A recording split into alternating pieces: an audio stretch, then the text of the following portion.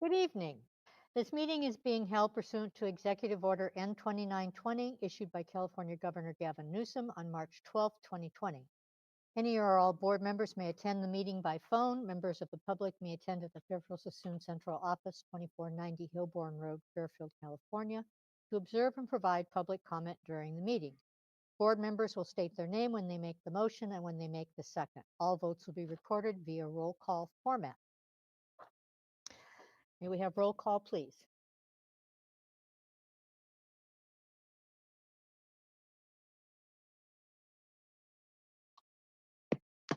Mrs. Scott, Mrs. Honeychurch, Here.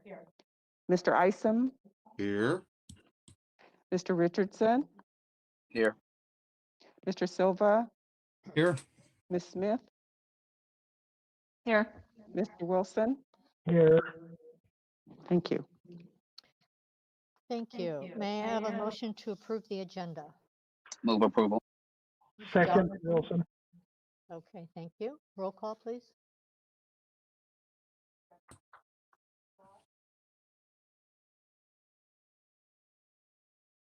Mrs. Scott, Ms. Honeychurch, Aye. Mr. Isom, Aye. Mr. Richardson. Aye. Mr. Silva, Aye. Ms. Smith, Aye. Mr. Wilson. Aye. Thank you. Thank you. We will be adjourning the closed session to discuss and possible action on matters of student I'm trying to. personnel, negotiations, and litigation. Is there any public comment? There appears to be none. May I have a motion to approve the, oh no, we'll just adjourn to closed session.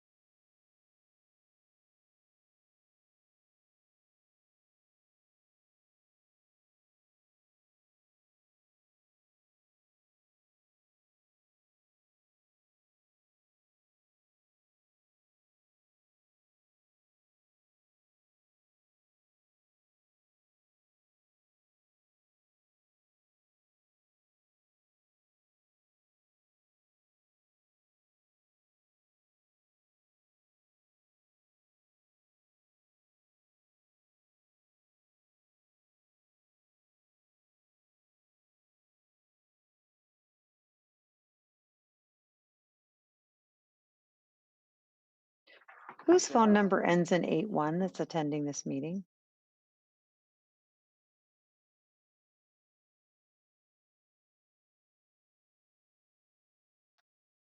(530) ending in 81. Who is that?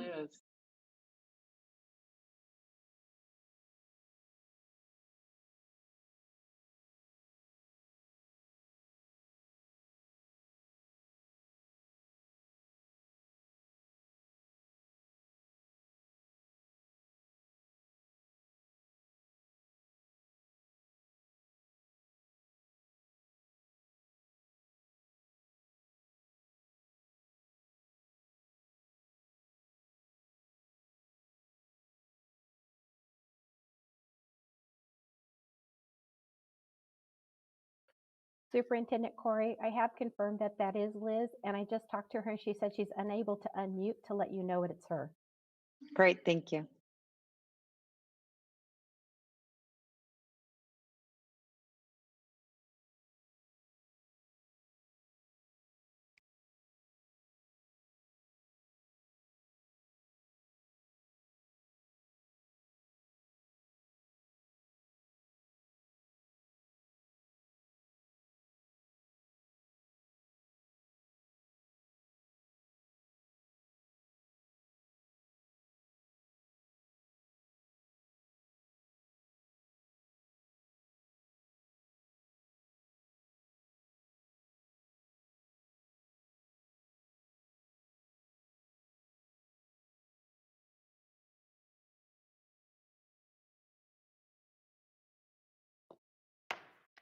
Good evening. This meeting is being held pursuant to Executive Order N-2920 issued by California Governor Gavin Newsom on March 12, 2020.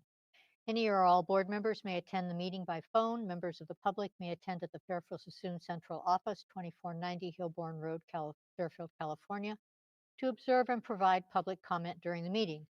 Board members will state their name when they make the motion and when they make the second. All votes will be recorded via roll call format. Please stand for the Pledge of Allegiance to the flag.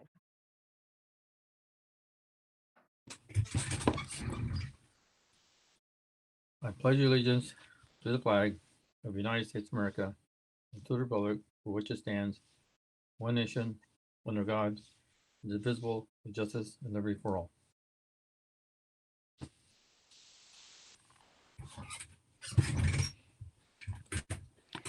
Thank you. Superintendent Corey, would you please give a report on the action taken in closed session? Thank you, President Honeychurch. There was no action taken in closed session. Okay.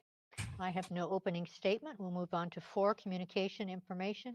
This A is a presentation update on the Virtual Academy of Fairfield-Sassoon. Ryan Gonzalez, I will turn it over to you. Thank you. Good evening, Superintendent Corey, Board President Honeychurch, and members of the governing board. I would like to thank you for your vision 4 months ago with your decision to provide options for our families and youth through the opening of our newest school, the Virtual Academy of Fairfield-Sassoon. Colleen Hutchinson, interim principal, will provide an update to the board this evening on what has been accomplished over the last 4 months at the Virtual Academy. Good evening, Superintendent Corey, Board President Honeychurch, and members of the board. It is with gratitude and excitement that I'm here this evening to provide you an update of the Virtual Academy of Fairfield-Sassoon.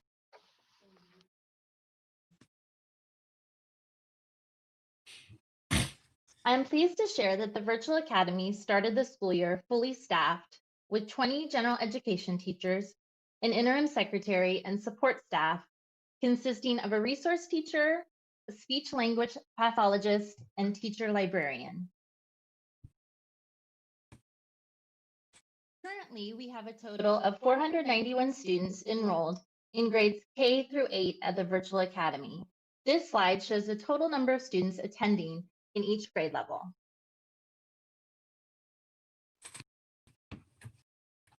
In the Virtual Academy, students participate in 5 hours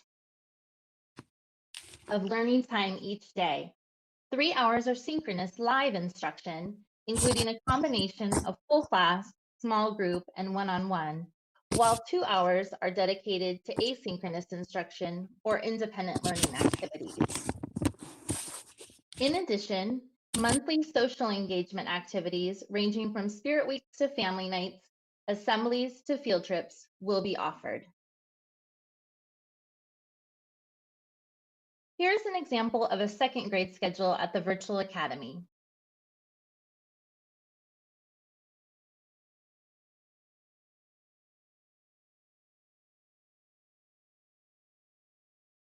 Furthermore, here is an example of a 7th, 8th grade schedule.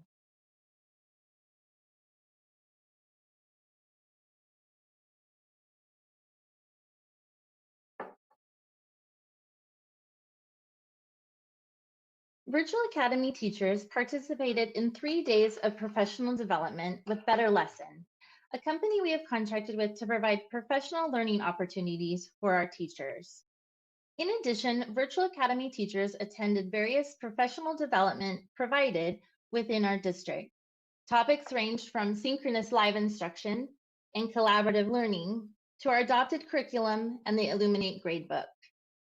Many of the teachers also attended the Just-in-Time PD provided by various teachers within our district. Topics included strategies and tools teachers could integrate into their virtual learning environment to increase the engagement, participation, rigor, and element of fun.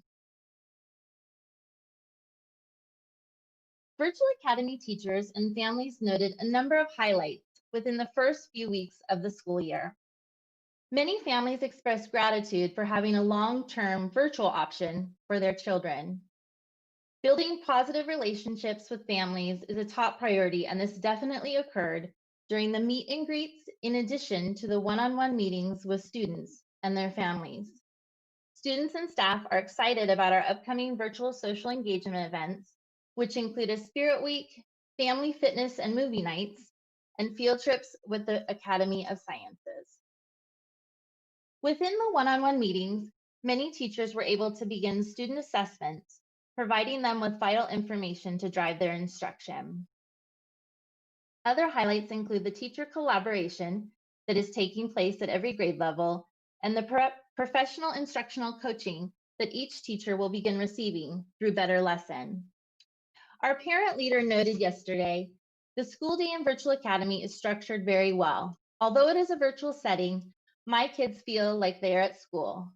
I'm happy with the workload and love how welcoming and inviting the teachers are.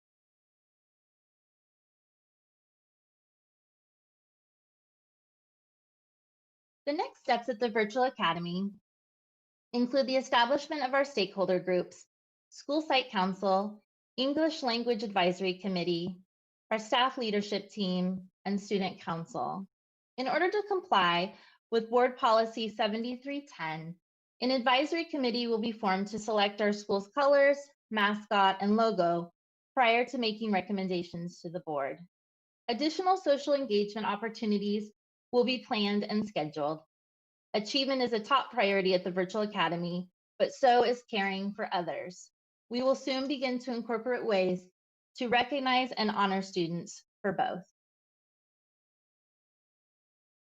Thank you very much for your time this evening. This concludes my presentation.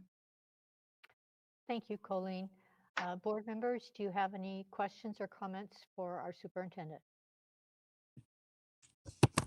All right. John? Yeah, I have a couple of comments. Now, where did most of the students come from? Did we borrow students from independent study? Were they more apt to join a virtual school, or does independent study still have the same amount of people? And now we just have a completely different school that's sprung out of nowhere. And then on top of that, where does it have offices, or are the offices virtual as well? So right now, I have them turn that down. Right now, our virtual office, or our office that our interim principal is working in, is in the Ed Services Department in the central office. When we did the CDS code for the program or for the academy, Matt Garcia is actually its home school, and so we're going to be working at Matt Garcia to set up an office and have the records and things like that. The students actually came from all throughout the district, from various schools throughout the district. And so There's 409, little over 490 students. And so any K through 8 school had the opportunity to attend the virtual academy. And as you can recall, we no longer have an elementary independent study. This took the place of the independent study. And so, but as I said, it's made up with from students from throughout the district. Okay, thank you. Any other comments from board members? Okay. Thank you very much. I'm so excited about the opening of this virtual school. I wish it good luck. Moving on to B, presentation. This will be an update from FSUSD departments, what they did during this summer. And I'm going to be turning over to Tim Gorey. Go ahead, Tim. Thank you, President Judy Honeychurch and Superintendent Corey. Let me get my presentation up here so that you can see it.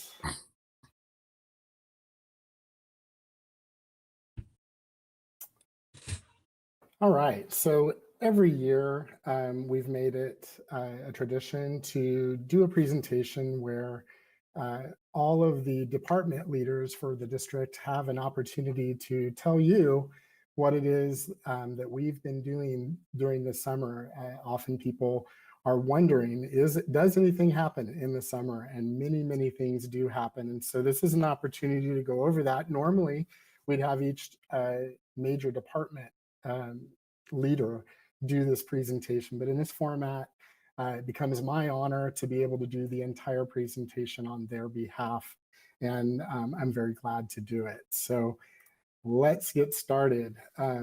Our business services department, specifically the purchasing team, was moving and shaking this summer to procure, manage, and deploy over 125,000 various items of PPE to support our students and staff. They furnished 24 new classrooms, 11 office spaces, 5 conference rooms, and Fairview's new library and innovation lab.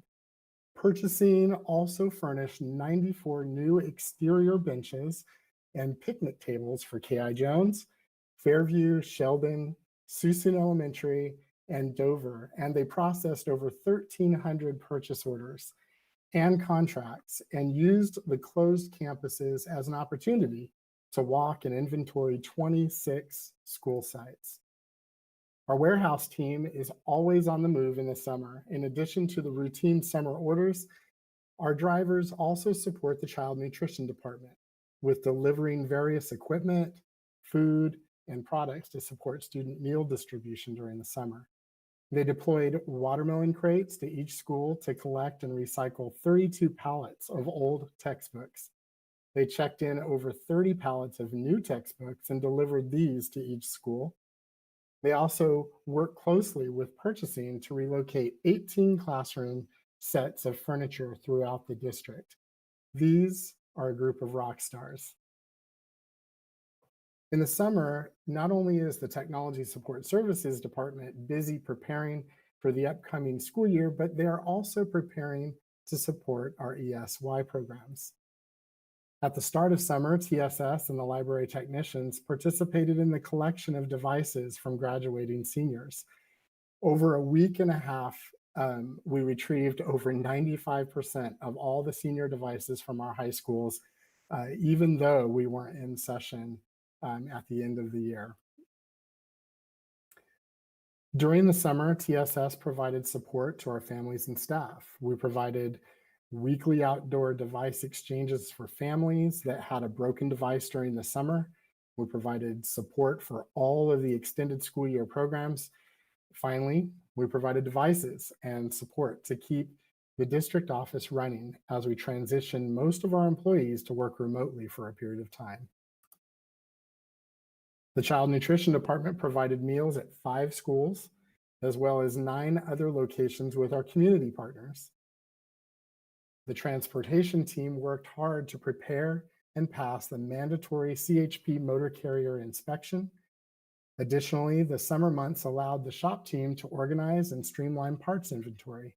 and the department created various opportunities for staff training. The accounting department is made up of the accounts payable, benefits, and payroll teams. They process 2,074 accounts payable payments, 5 payrolls, and paid numerous timesheets. Our fiscal services department worked tirelessly on making major budget revisions to the district budget. Both departments have spent the past month on year-end closing. The facilities and construction department completed construction on Shelton Academy, which included a new library with an innovation lab, a modernized existing classroom and administration building with a new secure entry point to the campus. You can see that on the lower left and the right, and a new 2-story classroom building on the upper left and upper right. It is beautiful. We also completed construction at Fairview Elementary School. This project included a new administration building with a kinder wing, that's up on the upper left, a new library with an innovation lab, you can see on the upper right, and modernization of all existing classrooms. That's all of the classrooms on the campus. You can see examples of that on the lower left and right. That was a huge modernization. At the upper left, you can see Mary Bird Early Childhood Education Center, where we added 3 new classrooms and an admin building. We are extending the existing parking lot and expanded the existing kitchen. At Suisun Elementary, we modernized the existing administration area, creating a new lobby and reception space. We also modified electrical, mechanical, fire alarm, and data systems. And we constructed a new toilet building, removed 3 aging portables, made site work improvements, replaced play equipment, and added new shade structures. At Tolinas, on the upper right, you can see there has been an expansion of the existing NPR building for kitchen modifications, including a new walk-in freezer, refrigerator, and kitchen equipment. We also modernized existing classrooms that included flooring, painting, cabinetry, refinishing, and we replaced HVAC systems. On the lower left, you can see we completed work to improve Dover's pickup and drop-off with a new pickup, drop-off, and queuing area off of Alaska Avenue. This work includes a shade structure for student waiting areas, a new marquee sign, and we expanded the staff parking lot. We also replaced play structures at Anna Kyle, Cleo Gordon, Fairview, and Suisun Valley. You can see an example of that in the lower center. And we relocated 2 portables to K.I. Jones and 4 at Oakbrook. The Maintenance and Operations Department painted the exterior of all buildings at Oakbrook and the interior of the NPR at K.I. Jones. You can see examples of that. M&O replastered the swimming pool at Fairfield High School. And this work included new main drains and drain covers, new underwater lights, and new tile. They also replaced all of the interior walls, ceiling floors, and mechanical equipment in the walk-in refrigerators at David Weir and at Sullivan. You can see examples of that on the right-hand side. M&O replaced roofing at Armijo High School, Laurel Creek, Oakbrook, PSA, and Suisun Valley. They repaired and replaced the asphalt on the basketball courts at Anna Kyle and Grange. They seal coated and striped Cleo Gordon, Crescent, Dano Root, Matt Garcia, Nelda Mundy, and Tolinas, and resurfaced the playgrounds at Crescent and David Weir. In educational services, the staff coordinated a district MTSS summer conference with over 100 staff members in attendance. The team also gathered feedback to write the draft learning continuum plan, continued our work with the Wallace Foundation and the Principal Pipeline, and opened the Virtual Academy of Fairfield Suisun. And while those activities are important, it did not take Ed Services away from hiring staff, developing the 5-phase continuum, and distance learning plans, as well as coordinating a summer educational services retreat. The Department of Curriculum, Instruction, and Assessment spent the summer refining and updating materials, coaching support, and professional development models in FSUSD. The library team selected and ordered over 900 new ebooks and audiobooks to support literacy and love of reading. Students and staff are already diving into Sora ebooks with over 3,400 checkouts during the first 3 weeks of school. FSUSD is known for offering robust professional development for staff. And this year, all offerings shifted to the virtual setting. This allowed for the district to offer dozens of sessions of professional development, including Premier Start and Great Beginnings for our new teachers. And finally, in addition to inventory and updating of current instructional materials, the team was able to finalize new history, social science materials for grades K through 8, ensuring all students have digital access to updated history materials for distance learning. In the elementary education department, 4 new members joined the team. JP Goulet moved over from student services as the coordinator of PBIS and now provides support to schools as a coordinator of MTSS. John Daly, who was formerly a behavior analyst for us, is our new coordinator of elementary education, providing support to sites regarding special education. Tina On joins us from Vacaville Unified as our new assistant director, and Ryan Gonzalez joins us from Lammersville Unified as our new director of elementary education. The elementary ed department was busy launching FSUSD's newest school, the Virtual Academy of Fairfield Sassoon. The school is approximately 500 students and has hired 20 teachers. The delivery of Chromebooks and instructional materials for Virtual Academy students were conducted. Collaboration with the curriculum department and site principals to ensure students had devices and materials for distance learning was organized.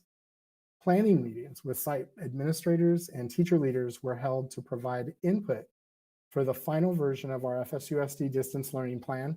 And finally, elementary ed worked closely with central office departments to develop a template all site administrators used for their Cal OSHA site-specific safety plans. The English Learners and Instructional Support Department was also very busy this summer. First, a team of exceptional elementary teachers gathered all summer to co-construct virtual weekly English language development lessons that are shared with all K-5 teachers. Additionally, that same team of teachers also provided professional development to over 200 teachers in August to support the rollout of the new standards-based ELD lessons. Moreover, the ELIS department also organized and facilitated summer learning for over 400 students through combination in-person and virtual learning activities. We're happy to report that by strictly following well-developed protocols, students and staff were not infected with COVID during in-person summer intervention programs that benefited over 150 students. The virtual summer short course program offered K-8 students the opportunity to participate in a variety of virtual lessons based on their interests. Courses lasted from 2 to 5 weeks in length and included both synchronous and asynchronous learning. Topics included story time and book clubs, science of cooking, girls on the run, digital music and iMovie creation, computer science and coding, chemical magic, foundations of math, and project-based units such as Animal Adventure Club and Happy Campers. The work that was done in secondary education over the summer was truly a continuation of the work that began in the spring. Site administrators, teachers, and support staff worked collaboratively to build master schedules that allowed for cohorting for when we returned to phases 2 through 4. Site administrators and teachers prepared virtual orientations for their students to welcome them to the 2021 school year. Our secondary coordinators worked with both general education and special education teachers to co-facilitate an engaging virtual professional development on co-teaching.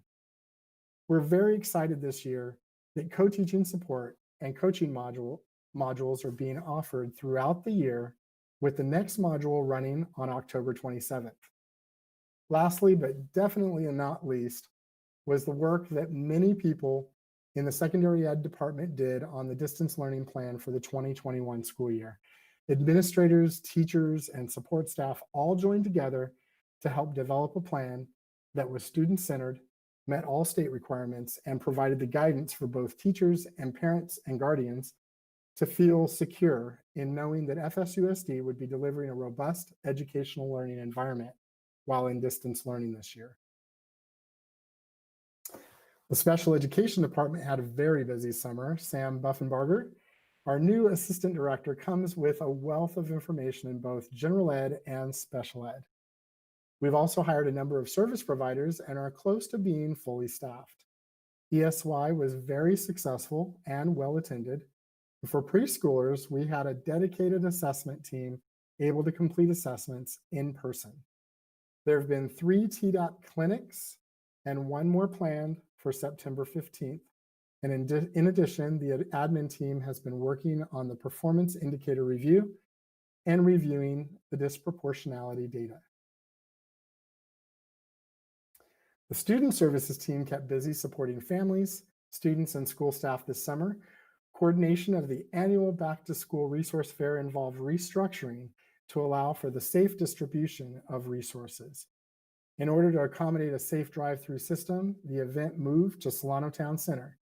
1,400 stuffed backpacks were provided to families at the fair, and another 102 backpacks were provided after the event.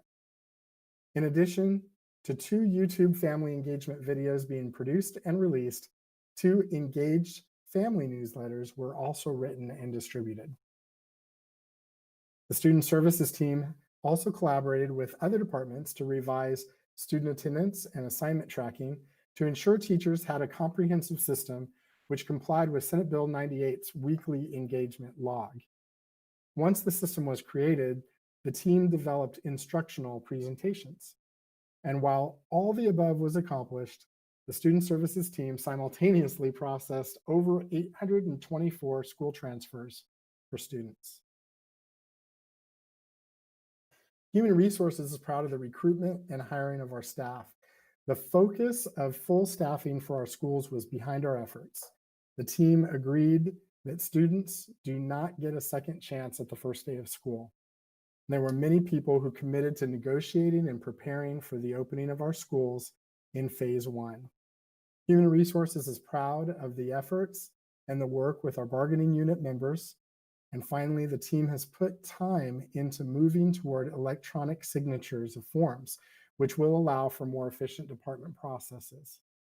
We believe that the teams from TSS, payroll, and HR that have worked together on this will make electronic signatures a reality very soon.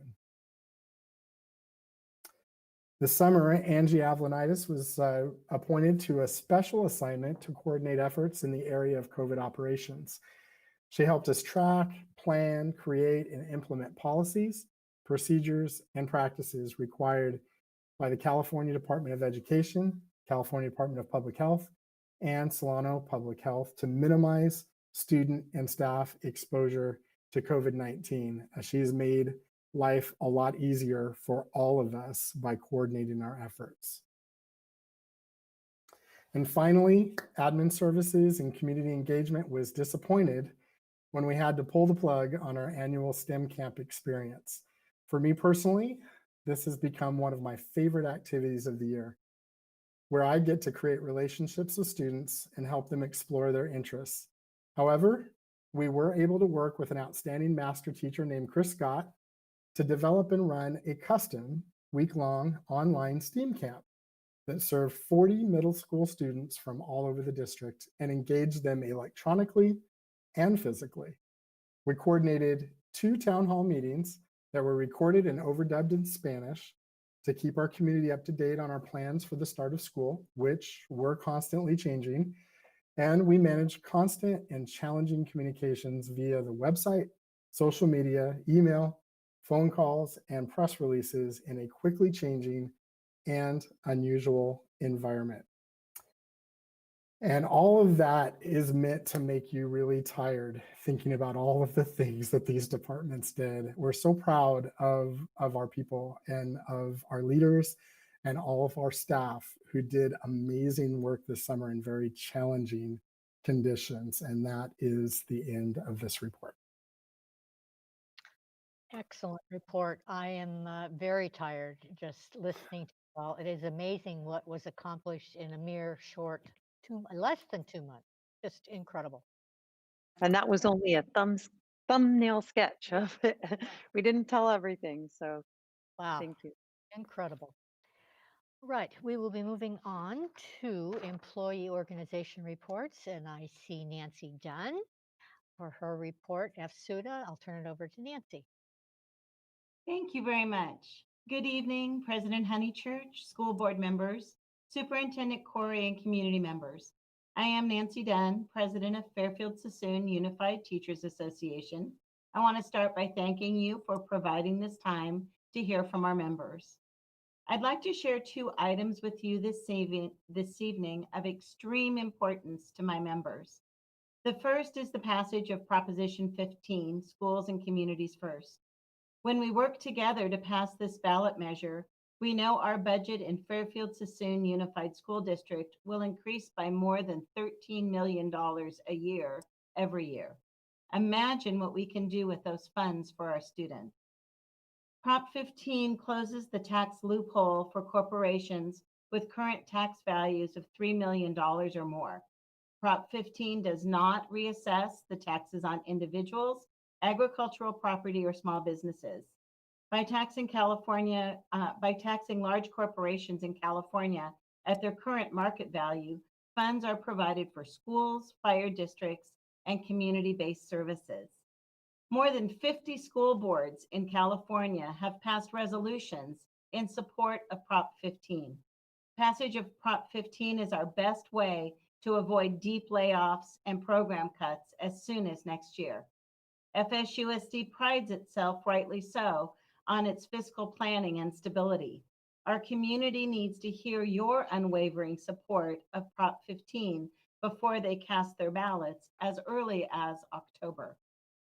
My second item members feel strongly about and want me to share with you is the administering of MAP testing during distance learning.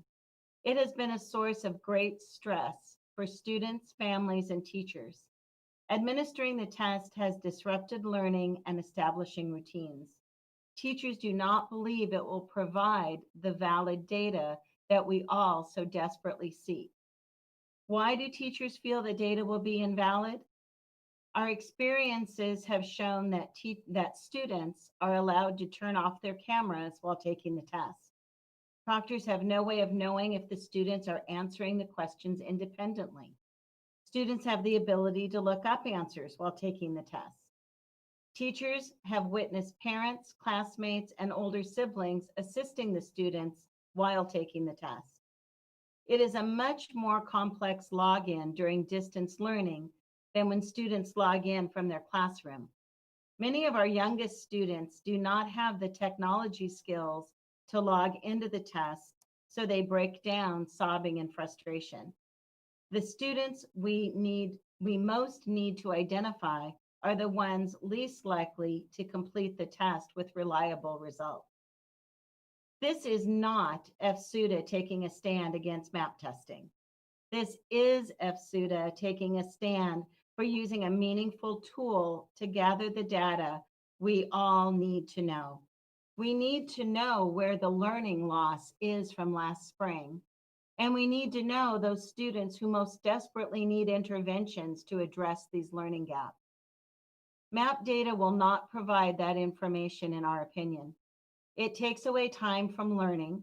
MAP testing is adding a tremendous amount of stress on our students and making them wary of school during a time we need to build up their love of learning and excitement about returning to school.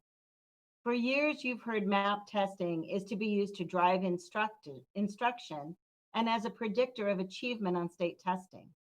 Our instruction is being driven by multiple other assessments we give to students every day we have them in class. and there is no planned state testing this spring.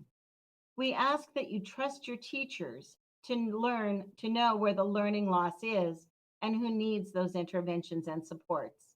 We will be far more accurate than MAP data and not traumatize our students in the process of gathering it. Please ask staff to review this first round of MAP data and see if we can work together to find a better way to learn what we need to know to make our students successful.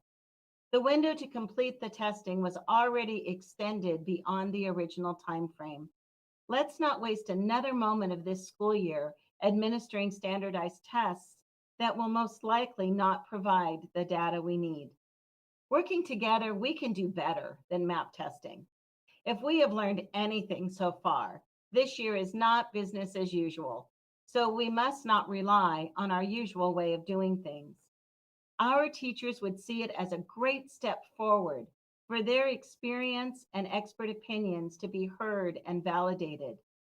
Teachers are united in their stance to spare students from more MAP testing this year. Regarding both passage of Prop 15 and finding a better way to assess our students, are ways we can work together to make our schools better for our students and our families. I look forward to working with school board members, the superintendent, or staff to make these things happen. Thank you for your time and attention this evening, and I hope you all stay well. Thank you so much. Thank you, Nancy. Do we have any other organizational reports? Okay, we'll move on to D, Student Board Member Report. Chantel Martinez. Madam Chair, Yeah, before you yeah. do, I don't know, I think, Chris, did we not do a resolution for Prop 15? I thought I recalled us. I don't think we have done that. I think we talked about it and tried Okay, to get a copy resolution for it. right. Okay. Yeah. So if that's something, I'm sorry for if that's something we could do, because I know that we support it.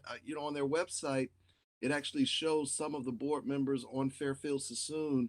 And if Nancy, I don't know if Nancy can hear me, but it's not yet showing that FSUDA has Mhm. endorsed it, and they've got some school districts. They have a website. I think Yes 115 or something, but it lists all of the school districts and all of the teachers unions and even individual board members. And so some of us are there, but I didn't see FSUDA last time I checked. So maybe follow up with them. Yeah, and the only thing that I can tell you is we were waiting for CSBA to come out with a resolution, and we haven't seen it yet. So if I'll email we'll our, check. yeah, I'll email our Okay, we'll district check rep. tomorrow, and then Ms. Dunn, if you want to send us your copy of resolutions, then we can do that for agenda setting. Cool. Thank you. Thank you, Nancy. Okay, Chantel. Yes. Okay. For my report, first of all, thank you and good evening, all. I decided to start off with a discussion I had with Ms. Witt and Ms. Sanders last week. We talked about the Student Advisory Council meeting for next week, as well as some ideas and goals for the 2020-21 school year. An interest form for the Student Advisory Council was sent out to administrators of school sites in hope that we'd be able to reach a larger spectrum of students who are interested in participating this year. Our next meeting will be on September 16th, and I'm very much looking forward to it. I would also like to highlight the California Student Board Member Association orientation meeting I attended on Tuesday with the Student Board Member alternate. I was able to learn about the association as well as the leadership roles I could partake in it. I would also like to highlight the passing of AB 331, which I believe is a big win for our students and our curriculum. I would like to conclude my report in memory of Nicholas Wynn, an Armeo student, a brother, a son, a classmate, a friend, and many more. You'll be missed and will never be forgotten. Thank you and good evening. Thank you, Chantel. Moving on to Superintendent's report. Superintendent Corey. Thank you, President High Church. I moved into another room so I could take my mask off.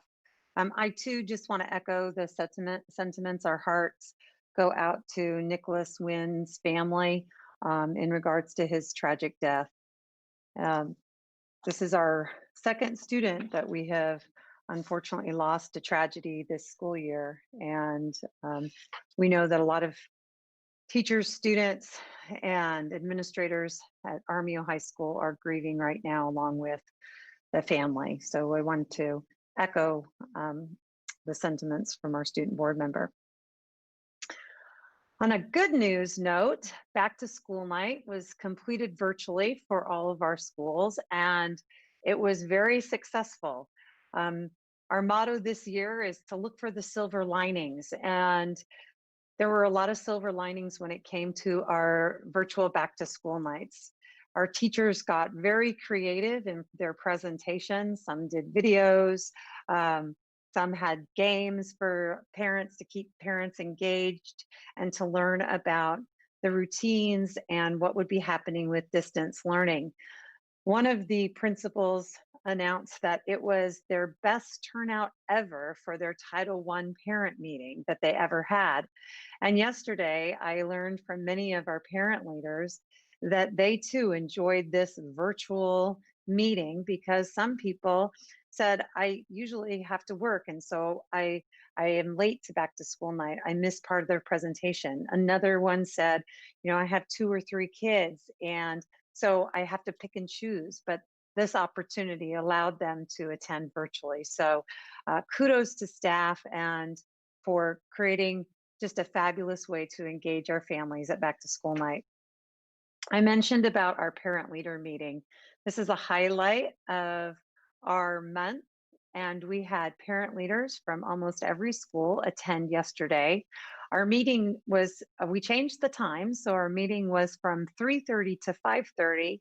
And initially I thought, oh my goodness, what are we going to talk about for 2 hours?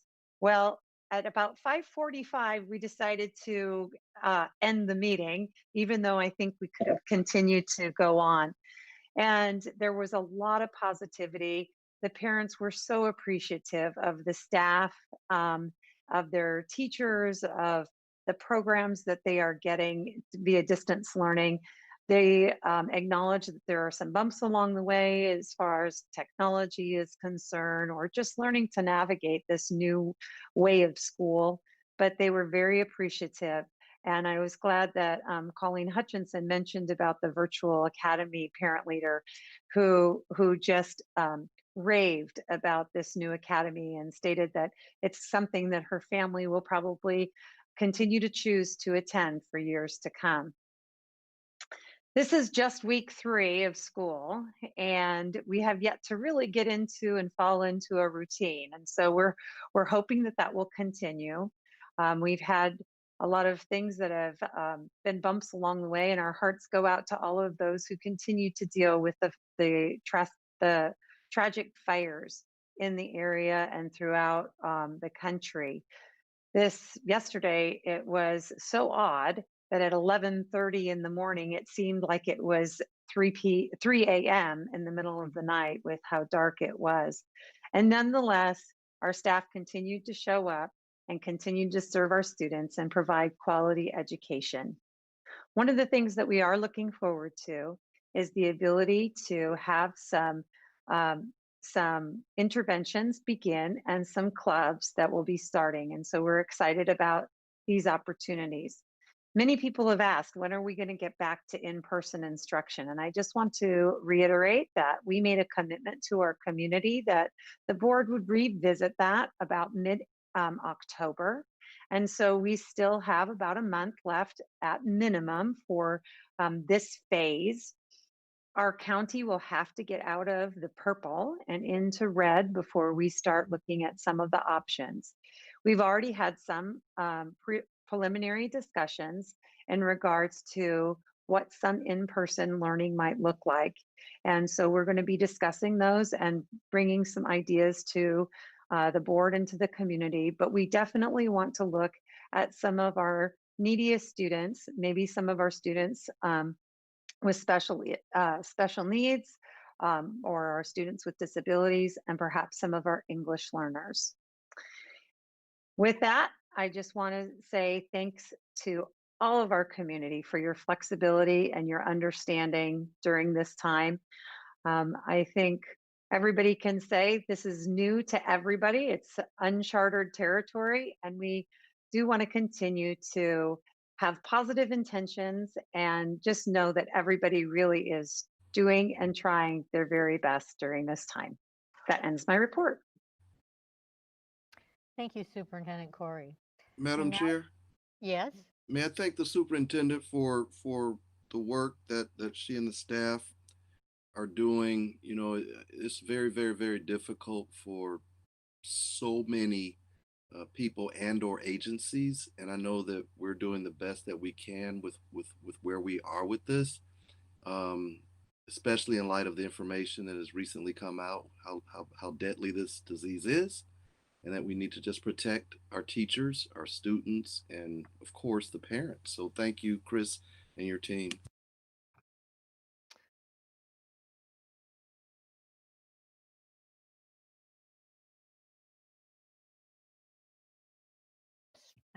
sorry.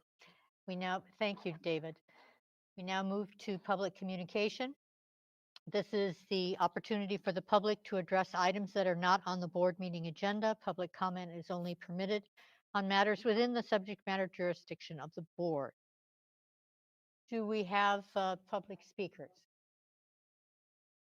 We do. We have two public speakers. The first public speaker is Jeanne McGall. Sorry, I mispronounced your last name. And the second one is Jonathan George. Okay, we'll try to get the time restarted. Okay, good.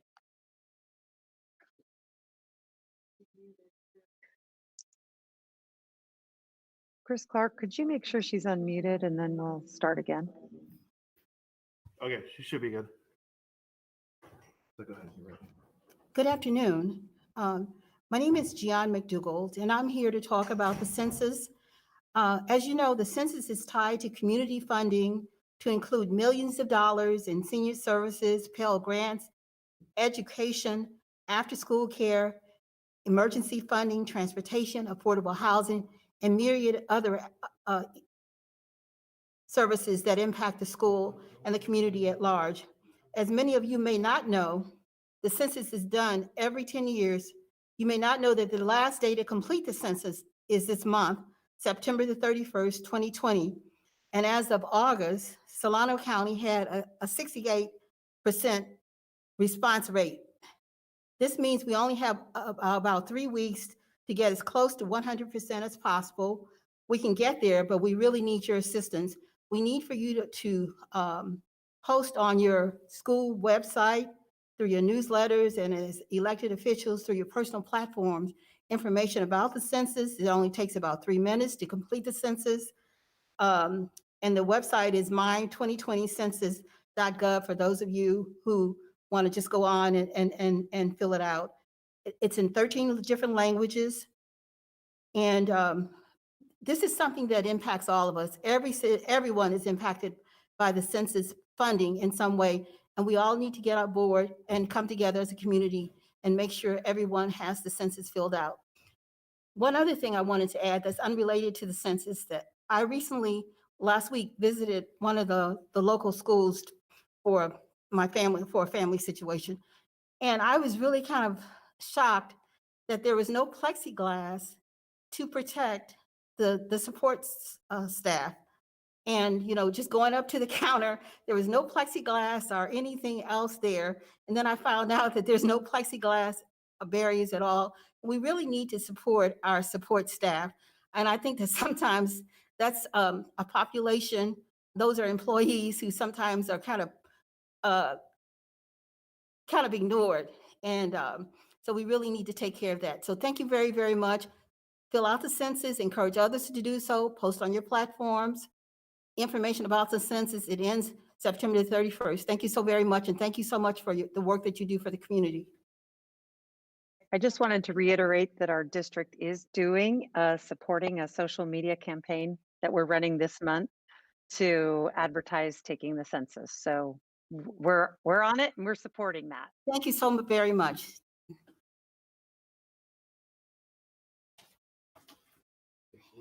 Good, how are you?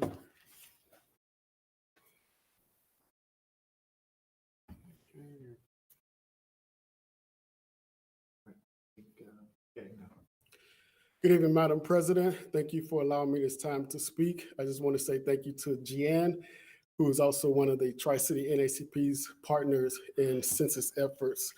However, I'm here to speak about an issue that has resurfaced in regards to a staff member, Tim Gorey, a photo of him and his family.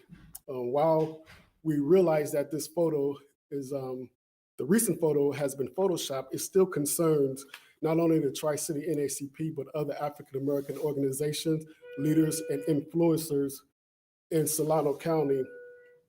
To add to the insult of the Tim Gore and his family dressed in Confederate attire, one of the comments that he made on his Facebook page recently, I'm sorry, several years ago, and I'll just read that in your hearing, just so you could get the impact of why we are, me in particular, is frustrated with this situation.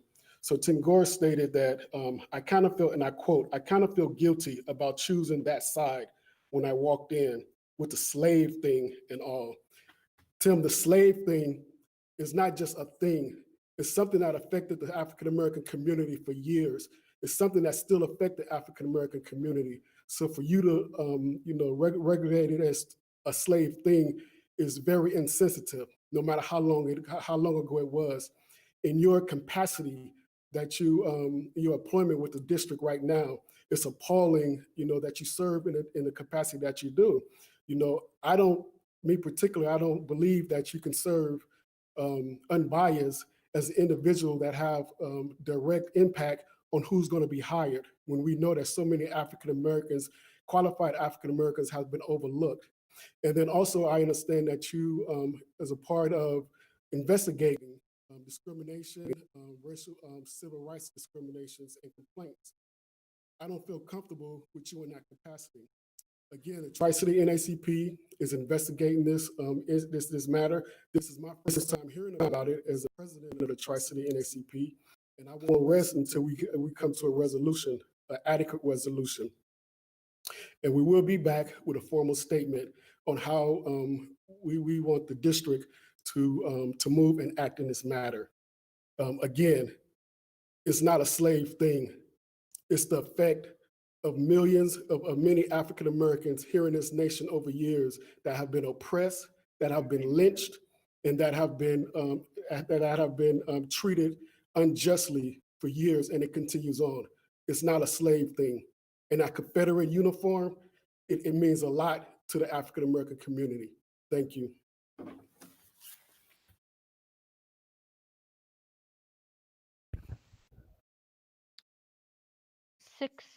Consent calendar, number 6A. Do we have any?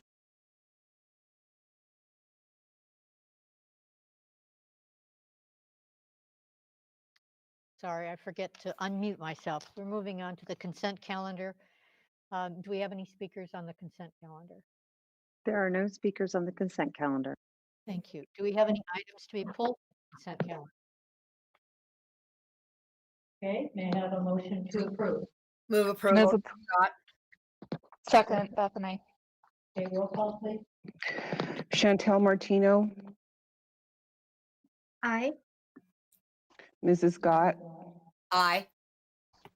Mrs. Honeychurch, Aye. Mr. Isom, Aye.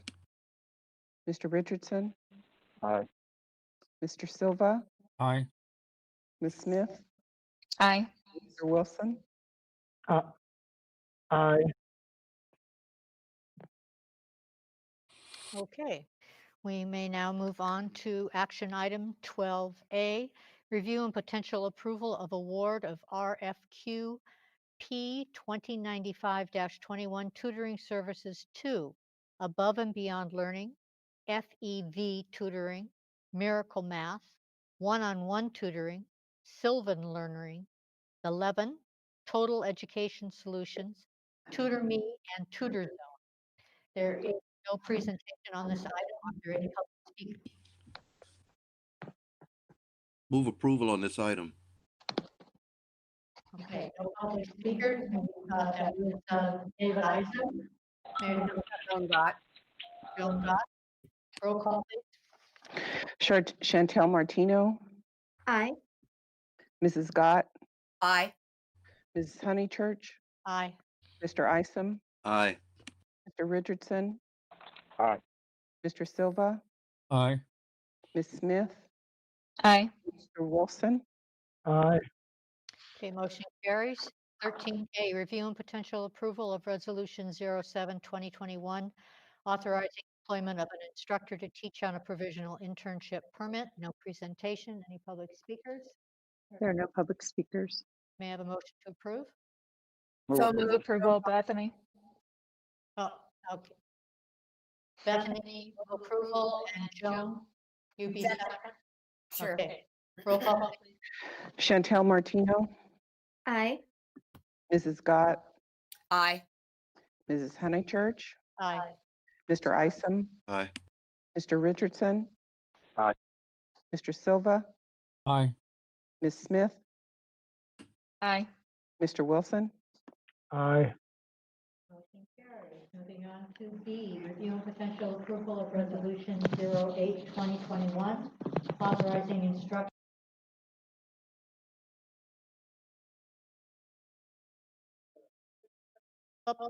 No public speakers, I'm assuming? No public speakers. May I have a motion to approve? Move approval. That was Second. Richardson. David Second. Isom, second. Thank you. Roll call. Chantel Martino, Aye. Mrs. Gott, Aye. Mrs. Honeychurch, Aye. Mr. Isom, Aye. Mr. Richardson, Aye. Mr. Silva, Aye. Ms. Smith, Aye. Mr. Wilson. Aye. Thank you. Motion carries. Moving on to 15, information items. A, public hearing on the learning continuity plan. Public hearing now open. Do we have public comment, Superintendent? Yes, we do. There were 2 public comments that were submitted, and I will read them. The first one is, as distance learning is the norm for the next few months and into next semester, it is imperative that the district support distance learning by improving the Fairfield-Sassoon Unified School District website, which is challenging to navigate. The second public comment is none of the presentation addresses the FSUSD website. Parents in this community are not pleased with how challenging it is to navigate the website. In order to better meet the students' and families' needs, the website needs to be efficient and accessible. At the moment, it is tedious to navigate. There are no other public comments. Thank you. Moving on to B. Public hearing closed. Oh, pardon me. Public hearing closed. We now move on to B, review of the 2020-21 Learning Continuity Plan. And I'm turning it over to Sheila McCabe. Dr. Sheila McCabe. Good evening, Superintendent Corey, Board President Honeychurch, and members of the Governing Board. Tonight, I'd like to present information regarding the district's draft Learning Continuity Plan. In addition to this presentation, a copy of the plan was included in your agenda item. In April, one of the governor's executive orders suspended the former Local Control and Accountability Plan. Then, with the passage of Senate Bill 98 in June, the state created a new LCAP, the Learning Continuity and Attendance Plan. The state has subsequently adjusted the name to the Learning Continuity Plan. Key requirements of the plan include gathering input from our stakeholders, presenting the document to the district's English Language Learner Advisory Committee and Parent Leader Advisory Committee, as well as holding a public hearing to receive feedback on the draft document. It's important to note that the new LCAP or LCP is designed to tell the story of how the district is responding to COVID. It is not a shorter version of the old LCAP. While the timeline was very short when the state issued the template and provided guidance on the requirements, the district has implemented a robust process to create our LCP. During the month of July, in addition to numerous staff and community meetings, the district surveyed staff, students, and families. In fact, we were quite proud to have over 3,700 families complete the survey. In addition, we met twice with the Student Advisory Council and our parent leaders. Common themes that emerged from stakeholders included the need for a more structured plan in terms of what took place in our classroom, and more opportunities for students and families to engage with their teachers. In addition, there was a great focus on expanded social emotional supports for students, staff, and families. The foundation of the LCP is the 5-phase continuum plan that the board approved in July. The first area which we need to respond to is the need for in-person instruction. As a district, we have allocated approximately $6.3 million, which includes hiring additional staff members and securing personal protective equipment or PPE. In addition, the plan calls out the additional costs associated with transporting students when we have in-person instruction and providing for the in-person assessments for children who are English learners and children with special needs. The district has allocated $9.4 million for the distance learning plan. This includes the costs associated with opening the virtual academy, providing professional development, and securing additional digital curriculum resources. The plan also includes securing additional technology as well as adding additional technology support staff. The district has allocated $3.1 million for pupil learning loss. This plan primarily focuses on the administration of MAP. While I know that there have been concerns raised about MAP assessment, it's also important to point out that administrating this assessment is important for 2 reasons. One of our goals is to provide interventions as soon as possible. The data from MAP is used to identify students who are in need of interventions and exactly what support is needed. In addition to using MAP for interventions, we are being advised that there's going to have to be some documentation of the learning that is taking place this year as part of an end-of-the-year LCAP or similar document. Having baseline data and end-of-the-year data will be essential when we need to respond to what we are being advised at this point in time will be future reports required by the California Department of Education. In our process of receiving stakeholder feedback and when we met with FSUDA, they had shared their concerns. Ed Services has already started the process of what that will look like to bring together a committee following MAP administration to identify what the challenges were and what other components we can put in place in order to streamline the process when we take the mid-year assessment. In addition to the MAP assessments, the learning loss mitigation includes the summer school program that you heard a little bit about in Mr. Gorey's report at the beginning of the board meeting, our tiered intervention structure, and all of our work with MTSS, again, supporting the working to mitigate the learning loss from the pandemic instruction from the spring, as well as the distance learning that we are currently in. The district plan includes $4.5 million for social emotional wellness. The plan outlines the supports that we're providing our students, staff, and family. Stakeholder feedback over the last 2 weeks on the draft plan suggests that we need to do more to communicate the available resources, as well as to determine if more supports are needed, especially for our staff, so that they can better support our students. Educational Services will be reviewing these recommendations to determine if there are more supports that are needed to be added to our plan prior to bringing it back for final approval at our next board meeting. The plan also includes sections in which the district has to describe our processes, but we don't allocate funds. Pupil engagement and outreach focuses on the daily live instruction and the strategies we're implementing to identify and eliminate barriers from students participating in distance learning. I am very proud of the steps being taken to keep our families informed. Holly Collins, our coordinator of parent and family engagement, is producing weekly newsletters, Engage, and sending out YouTube videos every other week. If you have suggestions for topics, please let us know, as she's eager to make certain these newsletters and videos are meeting the needs of our community. In regards to child nutrition, we're going to be updating the plan over the next 2 weeks as we've received recent new guidelines from the federal government, which will allow us to expand our meal services.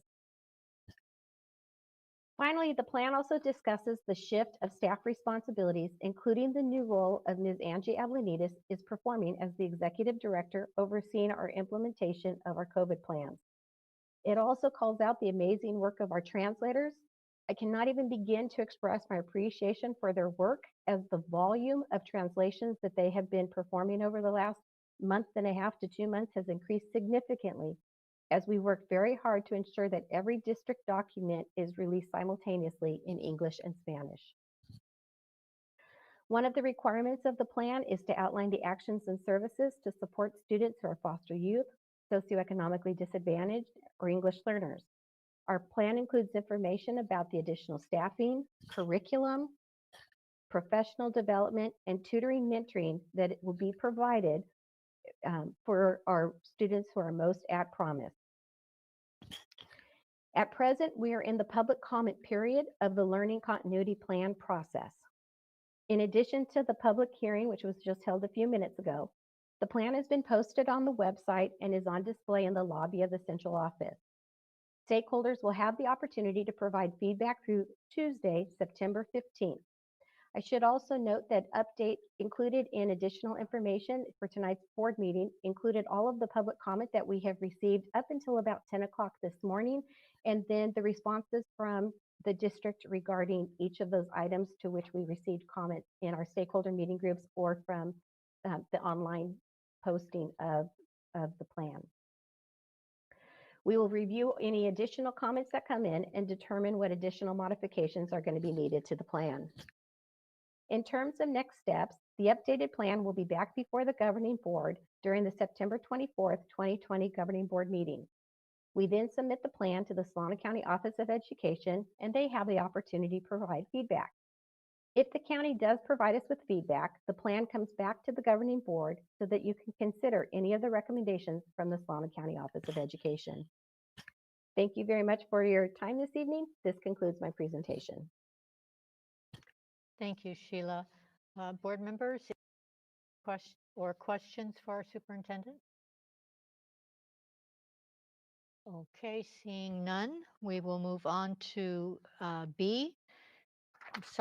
We'll move on to 16A, notice of upcoming bids. No presentation. Any public speakers? I assume there's no public speakers. And it's an information item. Any comments from the board? Okay.